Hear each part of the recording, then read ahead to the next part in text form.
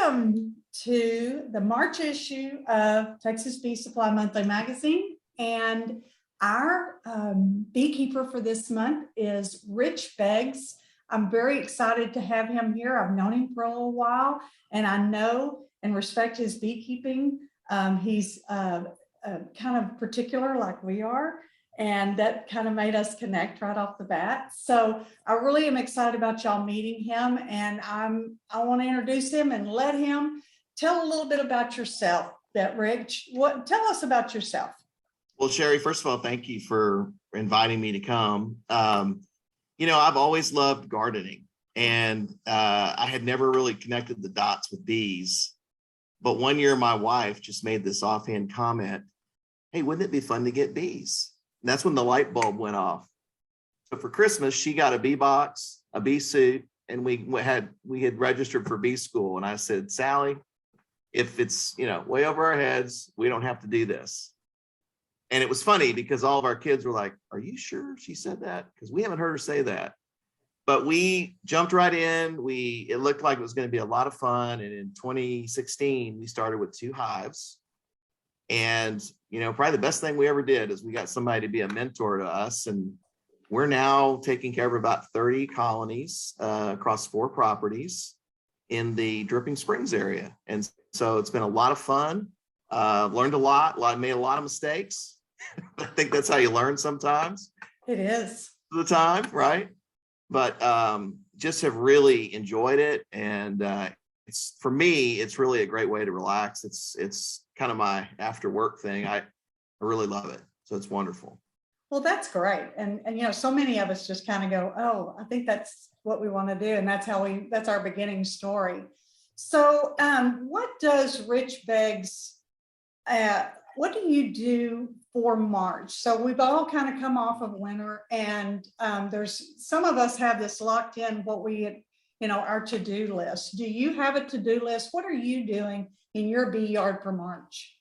So the first thing is I'm getting super excited because, I've been itching to go see the bees, and it's been, everything I could do not to open up the hives because I didn't want them to, not do well in the cold weather. And so excited because bee season is starting. And so I have been thinking a whole lot about what I need to be thinking about and doing. And so I would say 3 things that I really am very, deliberate about.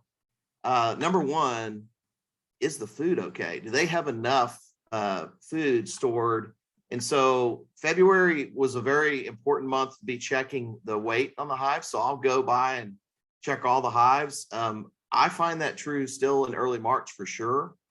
One of the things as a first-year beekeeper that was really devastating is I just didn't understand that the bees are going to start to build up in their populations. And I lost a hive because they starved. And so, you go through that, and I just felt devastated because I felt like I let them down.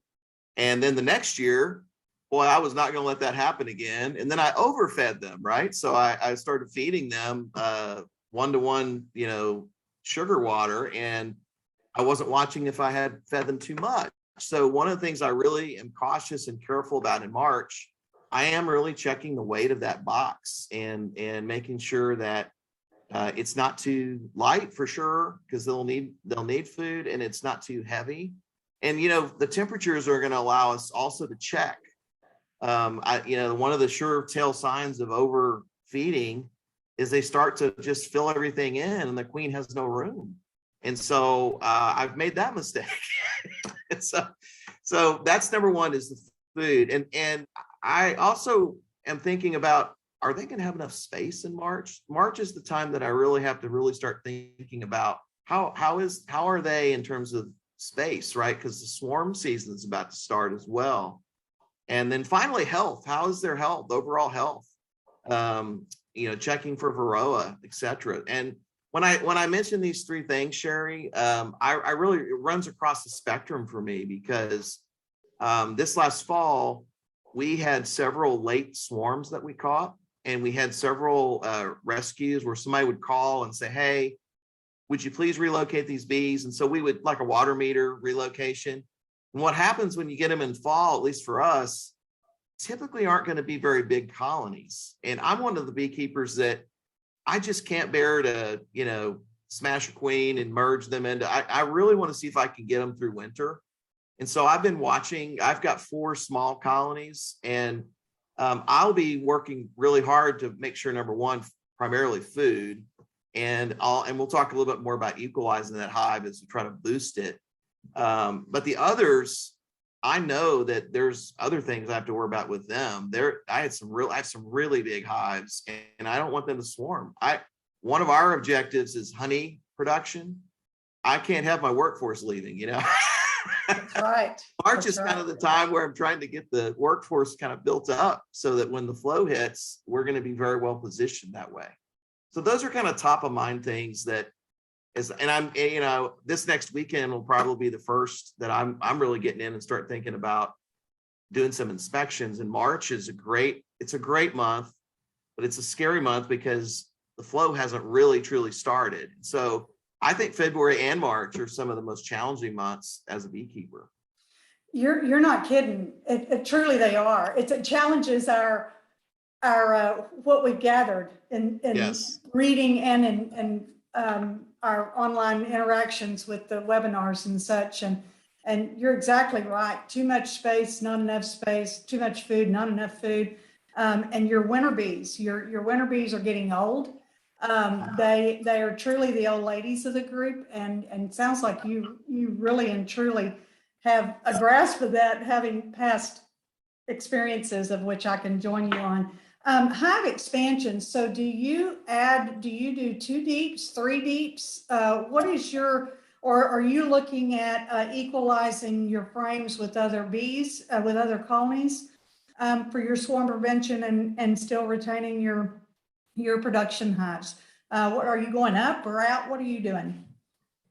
So I'd say yes to all your questions there, but I think if you looked at one of our bee yards, you would see our primarily we run 2 double deeps. I would say we experiment all the time. So some of our configurations have one deep with a medium, and I don't know that I've found an exact favorite for us yet, but the majority of them are double deeps.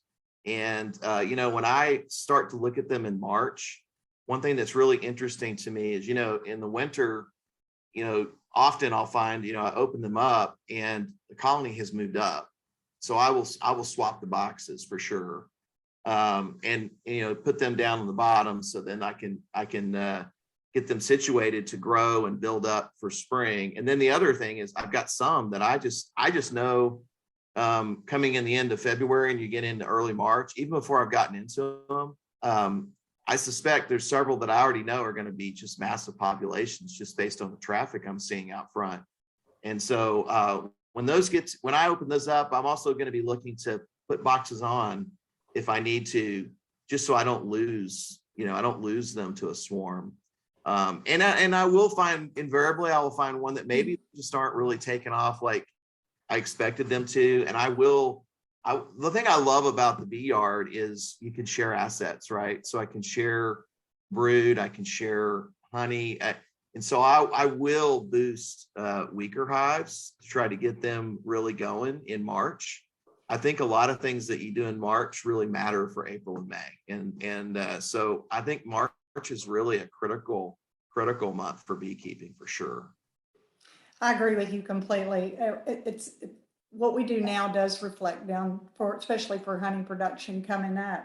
So are you requeening your production hives every year, or are you holding tight on what's well performing, or what's your ritual for that? So I have been requeening, but I wouldn't say I do it every year. I know that a lot of people recommend that. I generally won't go past 2 years.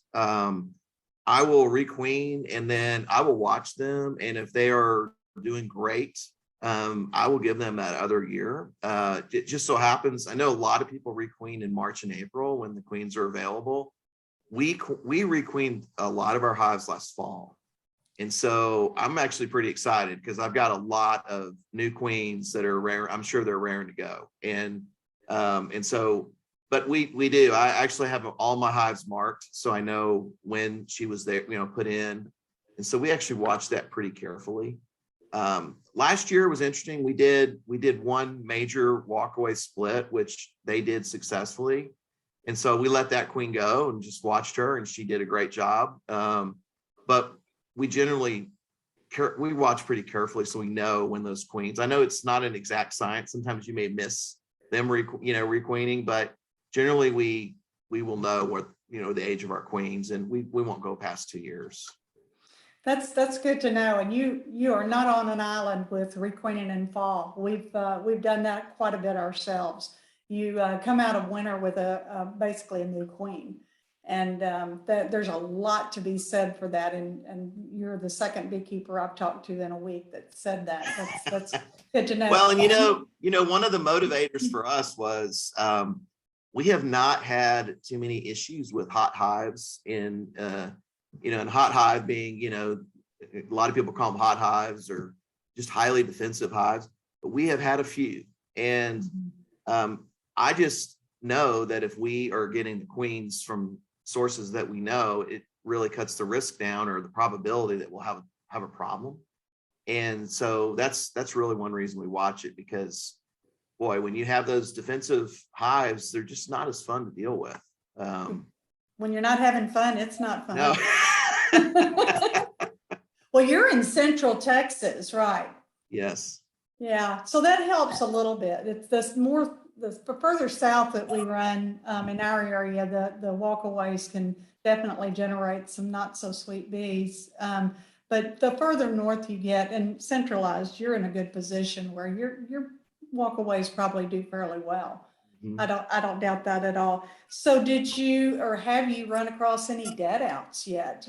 Is that something that you deal with each year, or is that a kind of an anomaly? So, this year, I think we've been very blessed because we were way more prepared for winter than we were last year. We experimented this year with some insulated hives, and that was really interesting to do. And, thankfully, so far we really haven't had any dead outs. Last year we had quite a few.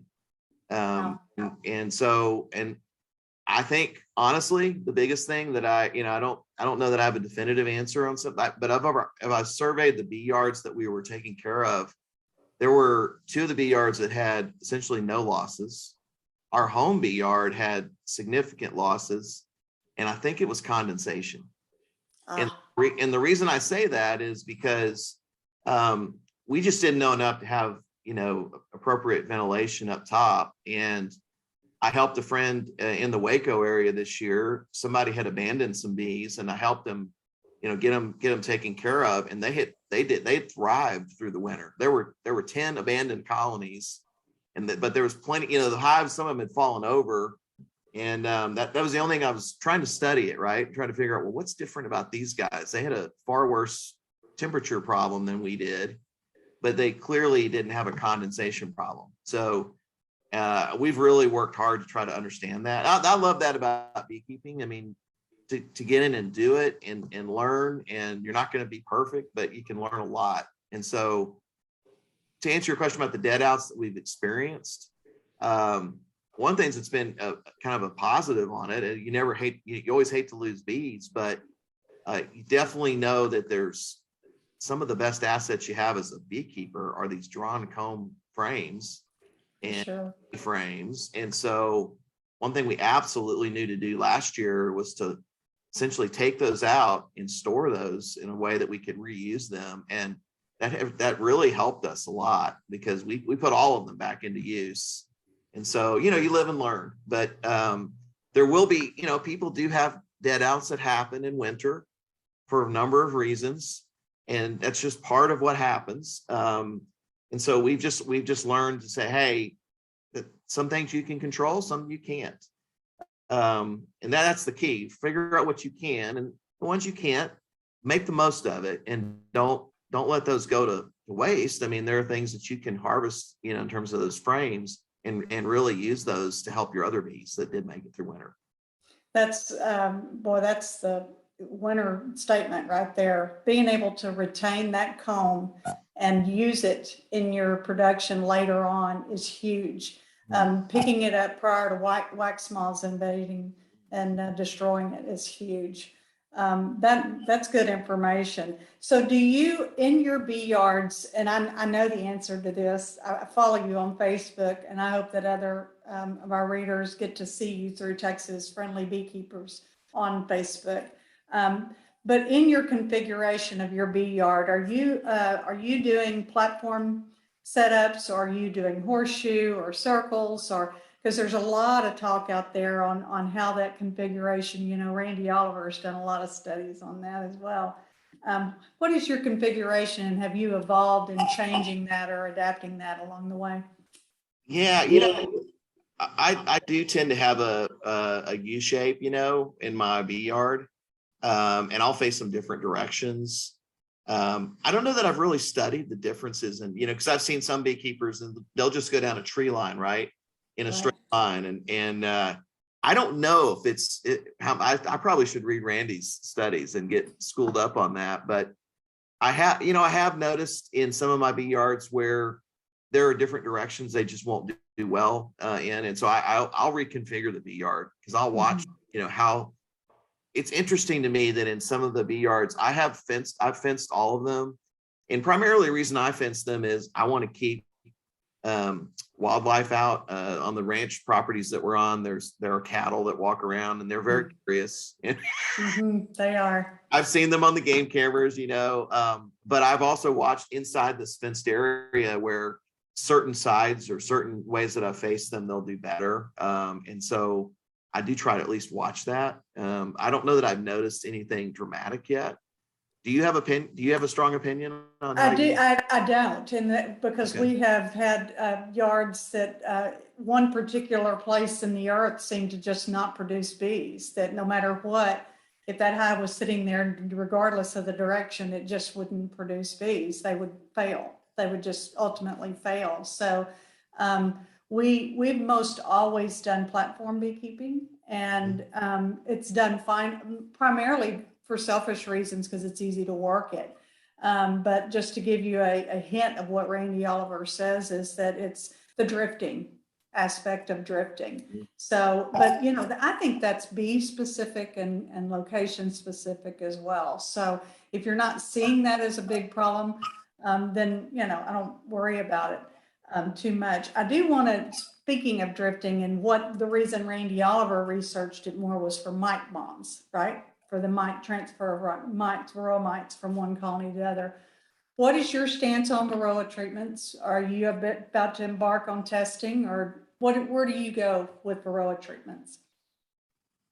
So when I started, I had a goal of being treatment free completely. And the way that I had managed it, I'd say the first 4 or 5 years of us as beekeepers, we would get the VSH queens that are resistant, to the mites. What I've had happen over the course of our time is we've gotten into, swarm captures, which, by the way, I recommend everybody put swarm traps out. It is magical. See bees just moving into your trap that you set up. And so as we started to capture some swarms, because that was the other thing, I was really, really surprised. I've seen swarms fly from our neighbor. There's a ranch that neighbors our house, and I've actually seen 2 swarms coming from the ranch, and they're drawn somehow to the bee yard. And so getting swarms, having people call you and ask you to relocate bees where you don't know where those bees, you don't know what you're getting. And sometimes I typically will leave them alone to get settled and situated before I'll try to requeen. And so I noticed that there was an impact to that. And so I typically, at least once a year, primarily it's August, I will use oxalic acid. I found that it really will just take that population down, and they're going into winter in a pretty healthy state. So ideally, I didn't think I would do that when I started, but I've noticed that the health of the bees are just so much better. And so the thing I also love about beekeeping is you get to talk to a lot of people, get a lot of, perspectives, and people I've just really trusted and really respected have told me that's something they did, and it made a big difference. And I've noticed it because I had a few that were really struggling. And so that's how we came to that perspective. Well, and you still can maintain your organic status that way, because Right. oxalic acid is considered organic. There are a few acids that fit in that category. So you can still feel like you have really helped and not gone off in a direction that you were truly against. That's a very good plan. And I like something you pointed out, that beekeepers can not be so staunch in I'm going to do this no matter what, that we really can be open-minded, and that as things evolve, we are open enough to do what's best for the bees, because in reality, it's animal husbandry, and we have a responsibility. We're the ones that put them in that box, right, Rich? That's right. That's right. We're the ones that put them in there, and we want to maintain good bees. Well, is there anything else you'd like to add in closing that our readers would like to? What's a one statement that you'd like as your takeaway For March? Yes. Well, before I say that, I'd say one thing that's a fun thing that you might want to try. I don't put a lot out, but I will put out a dry pollen feeder. And I like to do that, number one, because it's just so much fun to watch the bees. Truly. Here. They're really drawn to, I use Ultra Bee, pollen substitute. But the thing that's neat is when the nectar starts to come out, those bees and the pollens are out, those bees are not going to go to your feeder. It's a really nice indicator on when things are really starting to happen naturally. And so that's super fun. And so I put them out. I want to try to trigger some things with the queen that she's thinking things are coming in and start to build up. But my summary, I'd just say, just be excited, because March is a great time of year because the bee season's starting again. We've been unable to really see our bees for several months. And the nice thing about Texas is that winter doesn't last too long, but March, you're out of the woods in terms of the weather generally. So I'd say just get out there and dive in. That's good advice. And have fun. I like that too. Right. Thanks so much, Rich. We appreciate you taking your time, and your suggestions and your methods are legitimate. I like it. And I think you're going to help a lot of folks. Thanks for being with us today. Well, thank you so much for having me.